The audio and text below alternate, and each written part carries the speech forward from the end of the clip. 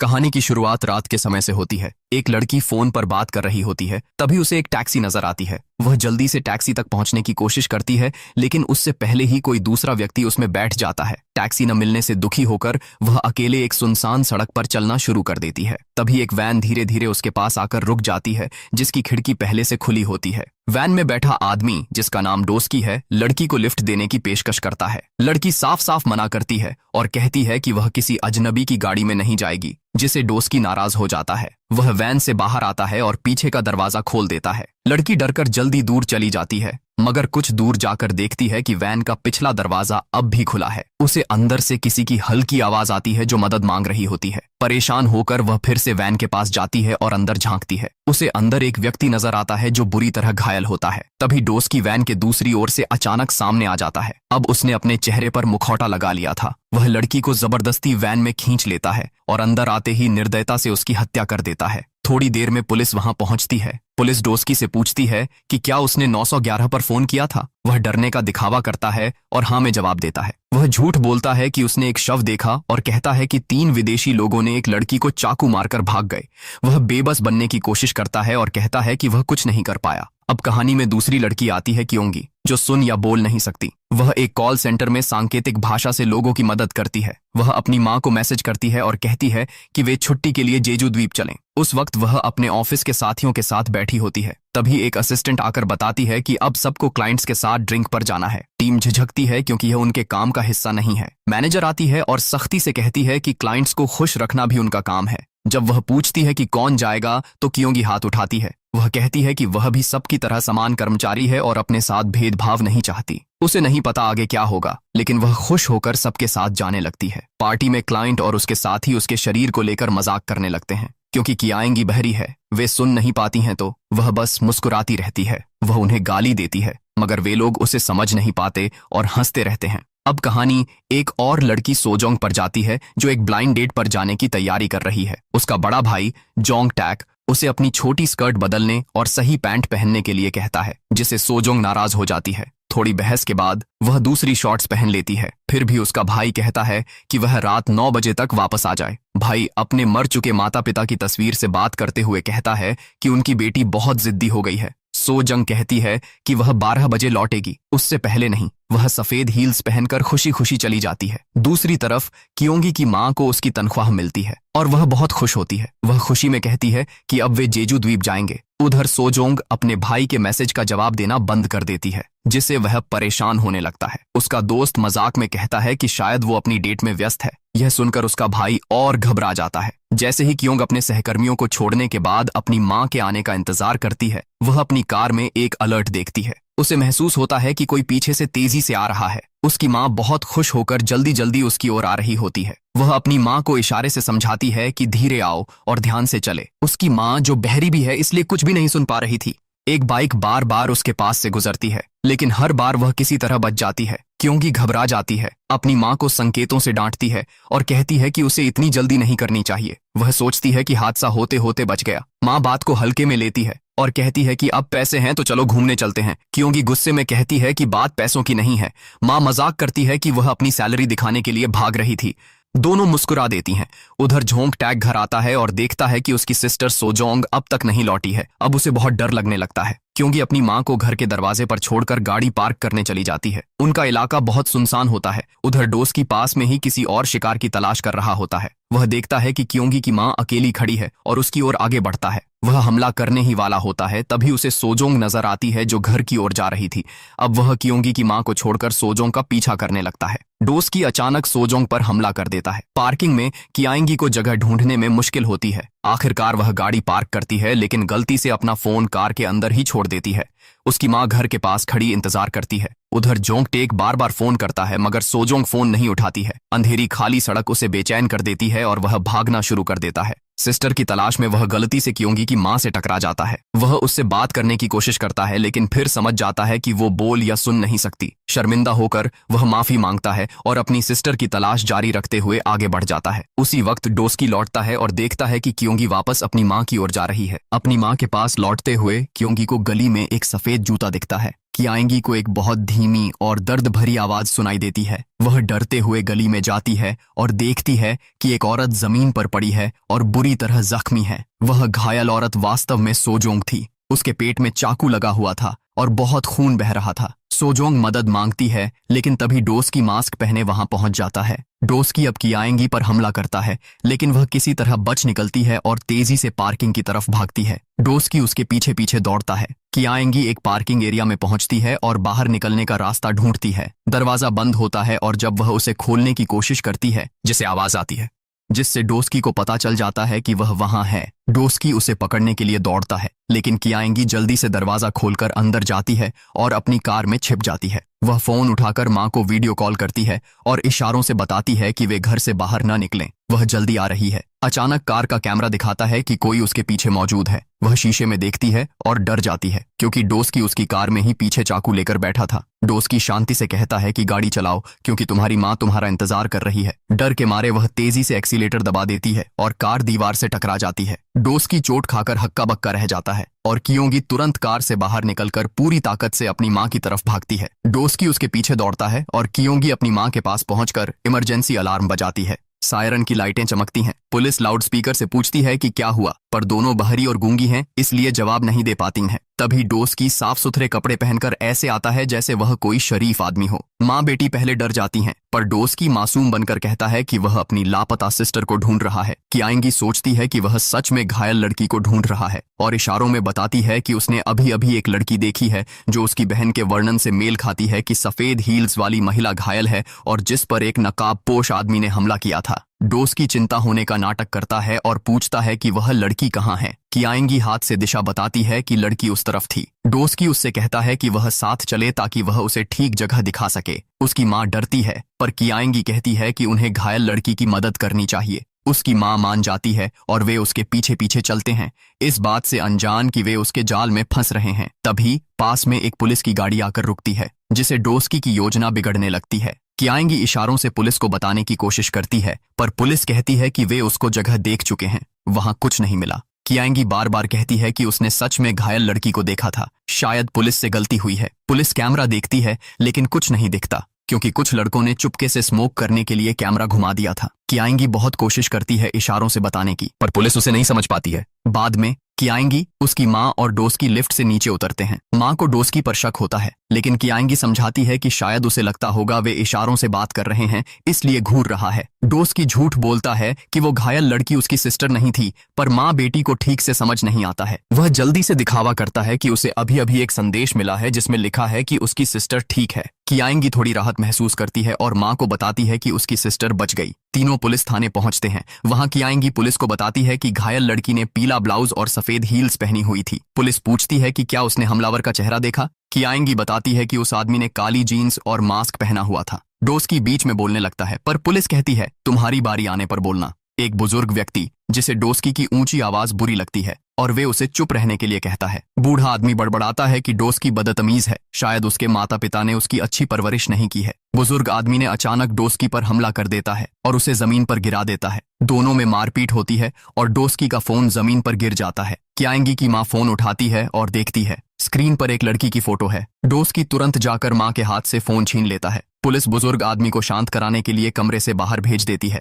माँ को अब पूरा यकीन हो जाता है कि डोस्की कुछ गलत कर रहा है। डोस्की समझ जाता है कि माँ को शक हो गया है, इसलिए वह फिर से अच्छा आदमी बनने का नाटक करने लगता है, पर असलियत में वह कियांगी की डिटेल्स देखना चाहता है ताकि बाद में उसे भी मार सके। माँ इशारों में कहती है, यह आदमी ठीक नहीं है। माँ इशारों से बताती है, पहले उसके पास काला फोन था, अब सफेद है, और उस फोन की स्क्रीन पर एक छोटी लड़की की फोटो है जो शायद उसी की अगली शिकार हो सकती है। कियांगी समझ जाती है कि मामला बहुत गड़बड़ है। माँ बेटी दोनों डर जाती हैं, पर शांत रहने की कोशिश करती हैं ताकि डोस्की को शक न हो। डोस्की समझ जाता है कि वे कुछ गड़बड़ भांप चुकी हैं, इसलिए वह उन्हें शक भरी नजरों से देखने लगता है। वह मन में सोचता है कि अब इन दोनों को भी खत्म करना जरूरी है। जब डोस्की उनसे पूछता है कि वे क्या बात कर रहे थे, तो कियांगी जल्दी से इशारों में बात बदल देती है ताकि वो समझ न पाए। वह जवाब स्वीकार करने का नाटक करता है, लेकिन धीरे धीरे उसकी माँ की ओर बढ़ने लगता है। माहौल में डर और बेचैनी फैल जाती है। उसी समय स्टेशन के दरवाजे खुलते हैं और जोंग टैक अंदर आता है। वह बहुत गुस्से और चिंता में है।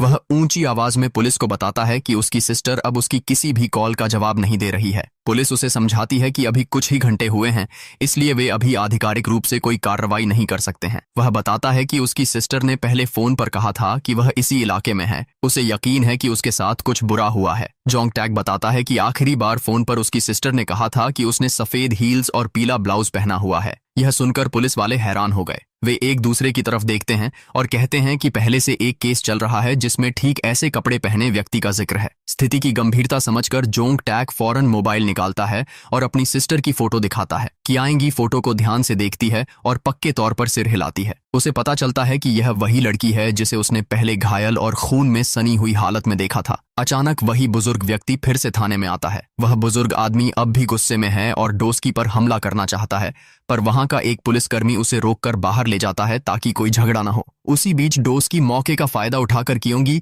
की मां के पीछे जाता है। वह झुककर धीरे से धमकी देता है कि अगर उसने कुछ कहा तो वह उसकी बेटी को मार देगा। इसी बीच कियांगी जोंग टैक को सब कुछ बता रही है जो उसने अब तक देखा या जाना था। इसी दौरान डोस्की अपना बैग खोलकर चाकू निकालता है और जोंग टैक की तरफ बढ़ता है। जैसे ही वह हमला करता है, जोंग टैक तुरंत उसे रोक देता है। पुलिस स्टेशन के बीच में दोनों में जबरदस्त और डरावनी लड़ाई शुरू हो जाती है। जोंग टैक चिल्लाता है कि यही वह आदमी है जिसने उसकी सिस्टर पर हमला किया था। गुस्से में पागल होकर जोंग टैक पूछता है, उसकी सिस्टर कहाँ है? डोस्की हंसता है और कहता है कि उसकी सिस्टर अब मरने वाली है। यह सुनकर जोंग टैक का गुस्सा फूट पड़ता है और वह डोस्की को बुरी तरह मारता है। जोंग टैक चाकू पकड़कर उसकी गर्दन पर रखता है और चिल्लाता है कि बता, उसकी सिस्टर कहाँ है? तभी और पुलिसकर्मी वहां पहुंचते हैं। वे देखते हैं कि जोंग टैक चाकू उसकी गर्दन पर रखा हुआ है। डोस्की तुरंत अपना स्वर बदलता है और खुद को पीड़ित बताता है। वह पुलिस से कहता है कि जोंग टैक पागल हो गया है और मुझे धमकाने लगा है। वह कहता कि जोंग टैक ने मुझ पर अपनी सिस्टर का किडनैप का आरोप लगाया है और मुझ पर हमला कर दिया। पुलिस उलझ जाती है,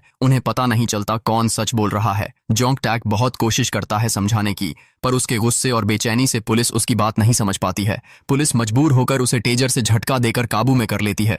जोंग टैक गिर जाता है और डोस्की इस मौके पर भाग निकलता है। बाहर कियोंगी और उसकी मां बेचैनी से खबर का इंतजार कर रही हैं। थोड़ी देर बाद डोस्की शांति से बिना किसी को नुकसान पहुंचाए बाहर निकल जाता है। वह सिगरेट जलाकर एक पुलिस वाले से बात करता है। क्योंगी की मां घबराकर पुलिस वाले से पूछती है कि आखिर चल क्या रहा है। क्योंगी को समझ आता है कि पुलिस को डोस्की की असली पहचान का कोई अंदाजा नहीं है। वह इशारों में सब बताने की कोशिश करती है, पर पुलिस उसकी साइन लैंग्वेज नहीं समझ पाती है। डोस्की के उस इलाके से गायब होने के बाद ही पुलिस को सच्चाई का पता चलता है। जोंग टैक, जो अब अपने पैरों पर खड़ा है और पुलिस को पूरी बात बताता है। अपनी गलती का एहसास होने के बाद पुलिस उससे माफी मांगती है। वे तुरंत अलर्ट जारी करते हैं और पूरी पुलिस को उसकी सिस्टर सोजोंग को खोजने पर लगा देते हैं। उधर सोजोंग वैन के अंदर बेहोश है। इधर पुलिस कहती है कि वे कियोंगी और उसकी मां को घर छोड़ देंगे ताकि वे सुरक्षित रहें। घर पहुंचने के बाद जोंग टैक फिर निकल पड़ता है। इस बार अपनी सिस्टर को बचाने की ठान कर निकलता है। कियोंगी की मां उसे चाय देकर समझाने की कोशिश करती है कि सब ठीक हो जाएगा। वह कहती है कि यह सब जल्द ही खत्म होगा और सब फिर से सामान्य हो जाएगा। तभी घर का अलार्म जोर से बज उठता है और शांति भंग हो जाती है। दोनों को तुरंत एहसास हो जाता है कि कुछ गड़बड़ है, शायद कोई घर में घुसने की कोशिश कर रहा है। डर और बेचैनी के साथ वे धीरे धीरे मुख्य दरवाजे की तरफ बढ़ते हैं। अंधेरा और परछाइयां माहौल को डरावना बना देती हैं। गहरी सांस लेकर कियोंगी हिम्मत जुटाती है और धीरे धीरे गेट खोलने के लिए आगे बढ़ती है। उसे थोड़ा सुकून और आश्चर्य होता है कि सामने कोई अजनबी या खतरा नहीं, बल्कि उसकी मां की एक सहकर्मी खड़ी है। सहकर्मी कहती है कि वह मां को लेने आई है क्योंकि उसकी मां और उसे कहीं जरूरी काम के लिए जाना है। वह बताती है कि आसपास का इलाका अब सुरक्षित नहीं रहा क्योंकि कई लोग अपने घर छोड़कर चले गए हैं और मोहल्ला सुनसान हो गया है। अब कियांगी घर में बिल्कुल अकेली रह जाती है। तभी डोस्की जबरदस्ती घर में घुस आता है और अलार्म के बजने की परवाह नहीं करता है। कियांगी बहुत डर और उलझन में है। उसे कुछ समझ नहीं आ रहा कि यह क्या हो रहा है। डोस्की घर में इधर उधर ढूंढता और ध्यान से देखता रहता है, जबकि कियांगी चुपचाप अपने कपड़े बदलने की कोशिश करती है और उसे लगता है कि डर और भी गहराता जा रहा है। लगातार अलार्म की आवाज माहौल को और ज्यादा बेचैन बना देती है, मगर कियांगी सुन नहीं सकती, इसलिए वह शोर से प्रभावित नहीं होती है और खुद को शांत रखती है। अचानक कियांगी नोटिस करती है कि अलार्म लगातार बज रहा है और उसे एहसास होता है कि शायद कोई घर के अंदर है। वह डर कर घर के कोनों में देखती है, पर कोई नहीं दिखता है। डर इतना बढ़ जाता है कि उसके हाथ कांपने लगते हैं। तभी अचानक अलार्म बंद हो जाता है। डोस्की अलार्म सिस्टम को बंद कर देता है, जिससे पूरा घर एकदम शांत हो जाता है। इस हलचल के बीच कियांगी को याद आता है कि जोंग टैक ने उसे पहले एक संपर्क कार्ड दिया था। वह तुरंत जोंग टैक को मैसेज भेजती है और उसे माफी मांगती है और दुआ करती है कि वह अपनी सिस्टर को जल्द ढूंढ ले। इस बीच डोस्की उसके पीछे खड़ा है, हाथ में बड़ी कुल्हाड़ी लिए हमला करने की तैयारी में। जब अलार्म बंद होता है तो कियांगी को थोड़ी राहत महसूस होती है, पर जल्द ही उसे अंदर से बेचैनी होने लगती है। उसे एहसास होता है कि कोई व्यक्ति उसके बिल्कुल पास खड़ा है। जब वह पलट कर देखती है तो डोस्की अचानक हमला करता है और कियांगी को तुरंत बचाव करना पड़ता है। कियांगी हिम्मत दिखाती है, हमला रोकती है और तेजी से एक कमरे में जाकर दरवाजा बंद कर लेती है। वह दरवाजे के आगे भारी मेज खिसका कर रख देती है ताकि कोई अंदर ना आ सके। वह तुरंत जोंग टैक को फिर से मैसेज भेजती है और बताती है कि हत्यारा घर के अंदर आ गया है। जोंग टैक बिना समय गंवाए उसके घर की ओर तेजी से भागने लगता है। उसका मन चिंता और आतुरता से भर जाता है। घर के अंदर कियांगी अपनी माँ को मैसेज करती है कि वे घर ना आए। माँ जवाब में पूछती हैं कि दरवाजा खुला क्यों है। वह डरी और उलझन में है। कियांगी सोचती है कि उसकी माँ आ गई है और इसलिए वह दरवाजा खोलने लगती है। तभी वह माँ के मैसेजों को गौर से देखती है और नोटिस करती है कि उनमें कुछ गड़बड़ है। उसे समझ आता है कि असल में डोस्की ही उसकी माँ बनकर संदेश भेज रहा है। अचानक डोस्की उसका हाथ पकड़कर जबरदस्ती कमरे में घुसने की कोशिश करता है। कियांगी तुरंत झटके से उसे रोकती है और दरवाजा फिर से बंद कर देती है। डोस्की उसे डराने के लिए मैसेज भेजता है कि वह बाहर आ जाए। जोंग टैक पूरी रफ्तार से घर की तरफ दौड़ रहा है, उम्मीद करता है कि वह ठीक समय पर पहुंच जाएगा। आखिर डोस्की कुल्हाड़ी से दरवाजा तोड़ने लगता है। दरवाजा टूट जाता है और वह कमरे में घुस आता है। उसी वक्त कियांगी खिड़की से कूदकर बाहर निकल जाती है, लेकिन डोस्की उसके बाल पकड़कर उसे खींचने लगता है। कियांगी जोर लगाकर संघर्ष करती है और खुद को छुड़ा लेती है। वह नीचे कचरे के थैलों पर गिरती है, जिससे उसे ज्यादा चोट नहीं लगती है। वह बिना रुके तुरंत सड़क की तरफ दौड़ती है। जोंग टैक उसे भागते देखता है और पूरी ताकत से उसके पीछे दौड़ता है। कियांगी पूरी रफ्तार से भाग रही है। डोस्की उसके पीछे दौड़ता है और जोंग टैक दोनों के पीछे। आखिर कियांगी एक बंद रास्ते पर पहुंच जाती है, जहां अब भागने का कोई रास्ता नहीं है। डोस्की पहुंचकर मजाक उड़ाता है और कहता है, अब बताओ भागोगी कैसे। कियांगी पास रखी कुर्सी उठाती है ताकि अपना बचाव कर सके। तभी जोंग टैक पूरी गति से आता है और डोस्की पर हमला करने की तैयारी करता है, पर डोस्की जल्दी से चाकू पकड़ता है और खुद की गर्दन पर रखकर उसे रुकने की धमकी देता है। वह धमकी देता है कि अगर वह मर गया तो जोंग टैक को कभी पता नहीं चलेगा कि उसकी सिस्टर कहाँ है। वह जोंग टैक से कहता है कि या तो अपनी सिस्टर को ढूंढे या कियांगी को बचाए। जोंग टैक दिमागी संघर्ष में है, समझ नहीं पा रहा कि क्या करे। जाने से पहले डोस्की उसे एक लोकेशन भेजता है और कहता है कि अगर तेरी सिस्टर वहां ना हो तो मुझे कॉल करना। जोंग टैक मन ही मन सोचता है कि अगर वहां उसकी सिस्टर न मिली फिर वे क्या करेगा। डोस्की कहता है कि असली बात तो वहीं जाकर पता चलेगी। अंत में जोंग टैक अपनी सिस्टर को बचाने के लिए दौड़ पड़ता है। जाने से पहले वह कियांगी से माफी मांगता है और कियांगी अकेली रहकर रोने लगती है। कुछ समय बाद डोस्की जोंग टैक को कॉल करता है। उसी वक्त डोस्की कियांगी पर हमला करने वाला होता है। जोंग टैक फोन पर कहता है कि उसकी सिस्टर यहाँ नहीं है। डोस्की कहता है कि फिर से ध्यान से देखो और फिर बताता है कि कियांगी की माँ अभी आने वाली है। डोस्की क्रूरता से कहता है कि उसकी माँ को बोल देना, उसकी बेटी अब मर चुकी है। थोड़ी देर बाद कियांगी की माँ उस जगह पर पहुंचती है और तुरंत सारी स्थिति को समझ लेती है। उसी समय कियांगी, जो अभी भी डोस्की के जाल में फंसी हुई है, जल्दी से अपनी हथेली में मिट्टी लेती है और डोस्की की आंखों में फेंक देती है। डोस्की की आंखों में मिट्टी पड़ने की वजह से कियांगी वहां से भाग जाती है। उसी वक्त कियांगी की माँ और जोंग टैक भी उसी दिशा में दौड़ते हैं, लेकिन उन्हें कियांगी नहीं मिलती है। रास्ते में कियांगी को एक युवती दिखाई देती है जो घायल सोजोंग होती है। सोजोंग कियांगी से मदद मांगती है। कियांगी सोजोंग की मदद करने की कोशिश करती है और दोनों महिलाएं घटनास्थल से गायब हो जाती हैं। कियांगी सोजोंग को एक अंधेरी घाटी में कचरे के डिब्बे के पीछे छिपा देती है और उसे 911 पर फोन करने के लिए कहती है। उसी समय डोस्की वहां पहुंच जाता है, जिससे कियांगी और सोजोंग दोनों डर जाती हैं। जब डोस्की को पता चलता है कि सोजोंग भी वहां से भाग गई है तो वह गुस्से में चाकू निकाल लेता है। कियांगी सोजोंग से कहती है कि वह अपने भाई को फोन करे। सोजोंग कहती है कि उसका भाई पास में ही मौजूद है। फिर कियांगी सोजोंग के हाथ से चाकू ले लेती है और डोस्की का ध्यान हटाने के लिए वहां से दूर चली जाती है। जैसे ही डोस्की सोजोंग के करीब पहुंचता है, कियांगी जोर से आवाजें निकालने लगती है ताकि उसका ध्यान उसकी ओर जाए। डोस्की अब कियांगी की तरफ बढ़ने लगता है। डोस्की समझ जाता है कि कियांगी सोजोंग की मदद कर रही है। वह धमकी देता है कि अगर सोजोंग बाहर नहीं आई तो वह कियांगी को मार देगा। उसी पल कियांगी चुपचाप अपने फोन का इमरजेंसी अलर्ट बंद कर देती है और पूरी तेजी से भाग निकलती है, जबकि डोस्की उसका पीछा करता है। फिर जोंगटैक कियांगी का फोन उठाता है। जोंगटैक को समझ आता है कि फोन करने वाली उसकी सिस्टर है। वह तुरंत उस स्थान की ओर दौड़ पड़ता है जहां उसकी सिस्टर ने बताया था। उधर कियांगी शहर की भीड़ भाड़ और ट्रैफिक के बीच बहुत तेजी से भाग रही है ताकि खुद को बचा सके। डोस्की लगातार उसका पीछा करता रहता है। आखिर में एम्बुलेंस और पुलिस सोजोंग को ढूंढ लेती हैं और तुरंत उसका प्राथमिक इलाज शुरू करती हैं। कियांगी की मां चिंतित होकर पूछती है कि कियांगी कहाँ है।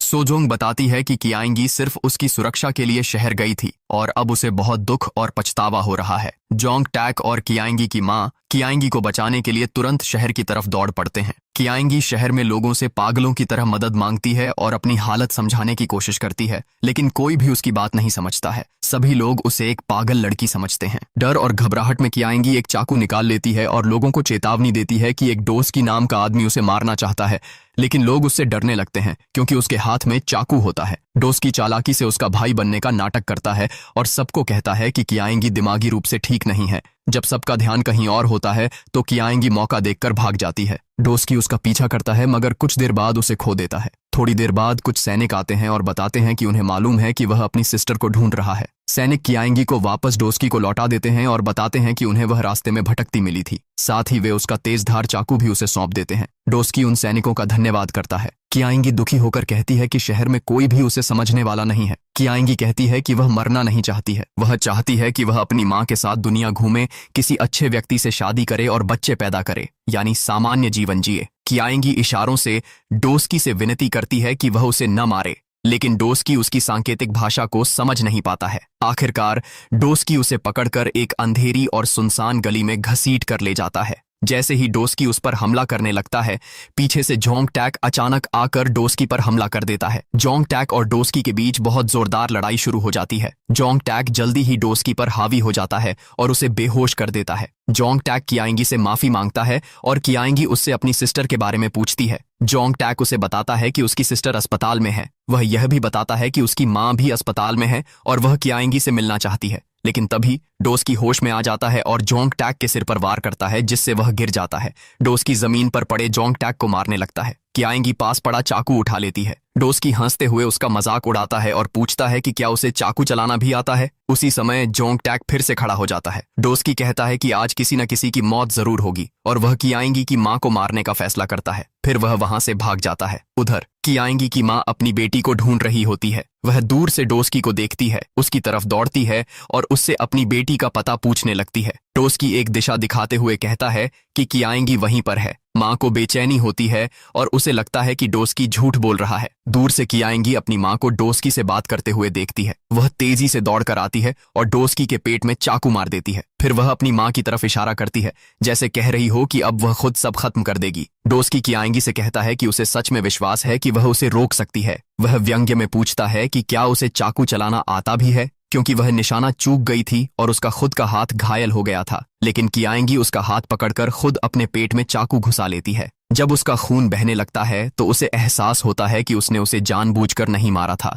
चारों ओर के लोग वहां इकट्ठा होने लगते हैं। लोग डोस्की के हाथ में चाकू देखकर समझते हैं कि उसी ने कियांगी पर हमला किया है। डोस्की सफाई देने की कोशिश करता है, लेकिन इतना घबराया और भ्रमित होता है कि ठीक से कुछ कह नहीं पाता है। उसका निर्दोष बनने का नाटक भी बेअसर रहता है। पुलिस वहां आती है और उसे चाकू नीचे रखने को कहती है, मगर वह कुछ नहीं कह पाता है। फिर अचानक डोस्की एक पुलिस वाले के चेहरे पर हमला कर देता है। जवाब में एक पुलिस वाला चेतावनी के तौर पर गोली चलाता है, लेकिन डोस्की कियांगी को देखता है और हैरान होकर पूछता है कि वह मुस्कुरा क्यों रही है। जैसे ही वह फिर से कियांगी पर हमला करने की कोशिश करता है, पुलिस उसके पैर पर गोली मार देती है। इसके बावजूद डोस्की रुकता नहीं है। वह फिर से कियांगी की तरफ बढ़ता है। कियांगी इशारों से बताती है कि ऐसे बदमाश लोगों को केवल बीच वाली उंगली दिखानी चाहिए। यह देखकर डोस्की गुस्से से पागल हो जाता है और उस पर हमला कर देता है, लेकिन पुलिस गोली चलाती है और उसे मार देती है। उसी समय जोंगटैक वहां पहुंच जाता है। वह कुछ हफ्ते बीत जाने के बाद कियांगी और उसकी मां जेजू द्वीप पर हैं। वे अब सुकून भरा और शांत समय बिता रही हैं, जहां उन्हें कोई डर या चिंता नहीं है। थोड़ी देर बाद जोंगटैक और सोजोंग भी वहां पहुंचते हैं और दोनों माँ बेटी के साथ शामिल हो जाते हैं। जोंगटैक उन्हें इशारों और सांकेतिक भाषा में समझाने लगता है कि अब सबको साथ में एक ग्रुप फोटो लेनी चाहिए। सभी लोग खुशी से एक साथ खड़े होकर ग्रुप फोटो के लिए पोज देते हैं और फिल्म इसी भावुक और प्यारे पल पर खत्म हो जाती है।